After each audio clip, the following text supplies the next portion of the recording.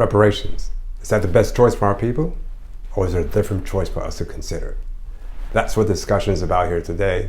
We're going to figure out the actual numbers, financial numbers, that make sense for our people to determine which is the best route for us to pursue, having reparations or having our own nation.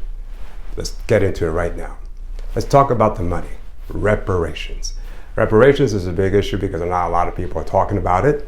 However, it started not that long ago, so it's now getting a lot of traction. So let's go into the actual number of reparations that most people are pursuing. Right now, the big number is 14 trillion. Now, take this in consideration that the $14 trillion is a recommended amount presented to us by a person.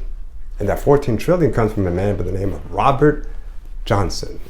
Robert Johnson is the founder of BET Network. And of course, he founded that organization in the year 1980. It's the first black entertainment network that was very successful.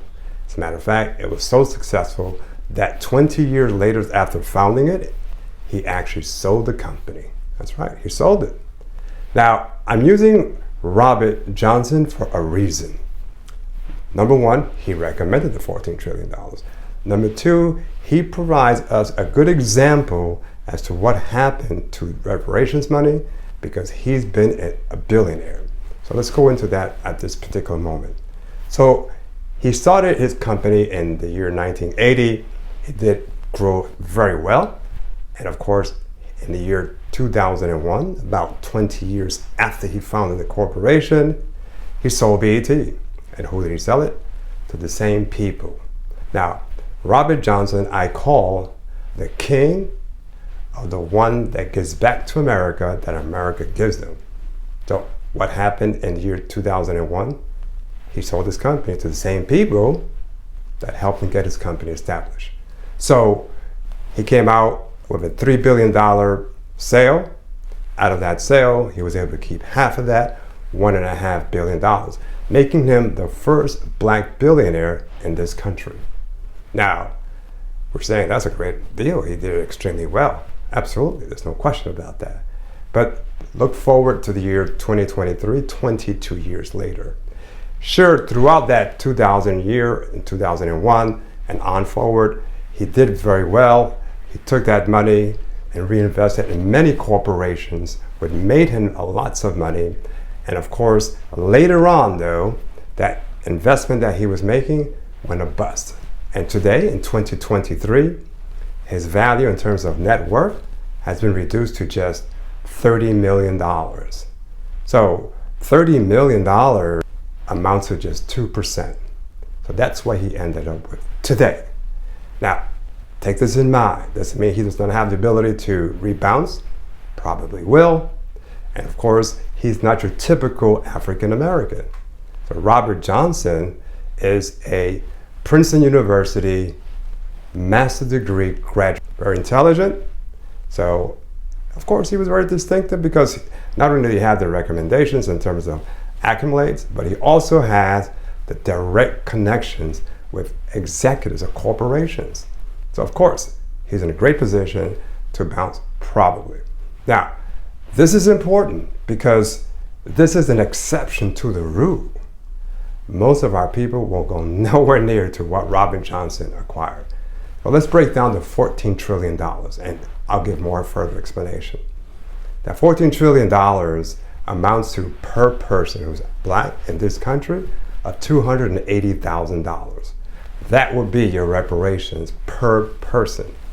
Now, $280,000 sounds like a lot of money. However, you got to take in consideration 2% outcome. That's very important. What's happened to Robert Johnson, I use that as an outline. The outcome is going to be far smaller than what you receive. And the reason is this. Just like Johnson, Robert Johnson, how did he go from 1.5 billion to just 300 million? Because all of his investment money after he sold the company was in corporations in America. He invested in their corporations. He did very well in the beginning, but then started to go down, where he's at today. And that's the problem. When you are living in a country that you don't control, everything you spend goes to other people. So in this country, since you are underpaid and overcharged, that's what happens. So think about it this perspective. Remember the stimulus package. America gave stimulus packages to many people throughout this country, and you ask yourself, where did that money go? The stimulus money. Did it go to you or to other people? And that's the problem when you're living in other people's country. But like the king of giving back to America that America gave them, Robert Johnson is a perfect example. You're going to wind up giving everything you gave back and stay with just 2%, which comes out to be $5,600 out of the $280,000. That means they get $274,400 back. Corporations get the money. Not your corporation, other people's corporations. So that's where you're headed. Secondly, you got to look at the option of a nation. Why a nation? Well, a good example of why a nation, the Jews who were going through a horrible situation in Europe, they wanted to get out of Europe. And guess what? Because of what Germany and other countries did to them, they received reparations. Now here's something that's quite interesting. The Jews never asked for reparations, but they did receive some reparations. But they did not pursue reparations because of the 2% outcome. They pursue a nation. What happened?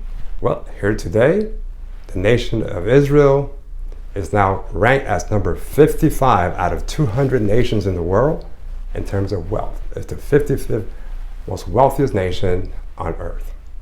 So that's an outcome to really consider. So if we have our own nation, this is what the numbers will actually look like. Number one, you're not going to be underpaid and you're not going to be overcharged. On the contrary, everything is reversed on your order because you control your nation. Once you have your nation, everything in that land you control. You control the resources and you control the entire economy. So you're in a different position than you've ever been before. That means that your dollars are not going to be equal to what you have experienced living in America.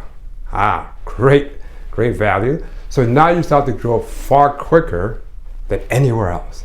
So the 2% outcome is not your outcome. So, give you an example, how we're going to be headed in terms of developing wealth. And the best way to look at this is to look at the world's economy and look at the outcome of the nations of the world. Where are they headed and where do we fit in to that process? Well, in America today is considered many people the wealthiest nation in the world. However, all stats show that the greatest nations in terms of economy is China. So China is the standard when it comes to wealth. So you're looking at a nation that generates $30 trillion a year. That's its current status. At the current rate that it's moving, within the next 20 to 25 years, it will reach a new bracket when it comes to wealth. When I say wealth, I'm talking about a mass wealth, meaning that China will go beyond the $1 trillion mark and be the first nation to reach $1 quadrillion within the next 20 to 25 years, money amassed. So that's important because now you have a standard. Where do we fit into that standard? Well, based on the reparations, we know that there will be a whole normal outcome, but the outcome of having our own nation will allow us to amass our first $1 quadrillion within 50 years. So it's about twice as long as it takes China.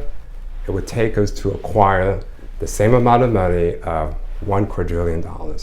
For those of you who aren't familiar with that term, not a very common term because no country has ever reached that bracket, but quadrillion is the next bracket right after trillion.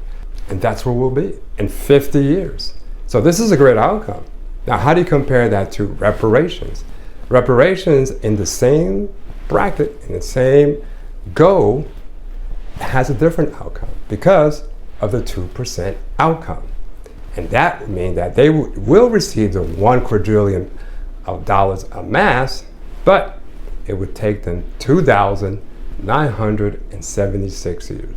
That's nearly 3,000 years to acquire what a nation, Mahali, our nation, can acquire in just 50, and China in just 25 to 20 years. So when you look at the equation, look at how things are being amassed, and how do we fit in? How do we benefit? By far, having our nation is the best opportunity for our people financially. Remember, if they can give you the money, they can take it back. And that's exactly what's taking place. So go to mahaliparty.org, learn more about what we're doing, and most importantly, become part of KCZIN, where you learn not how just to build a nation, but how to build a financial empire for our people.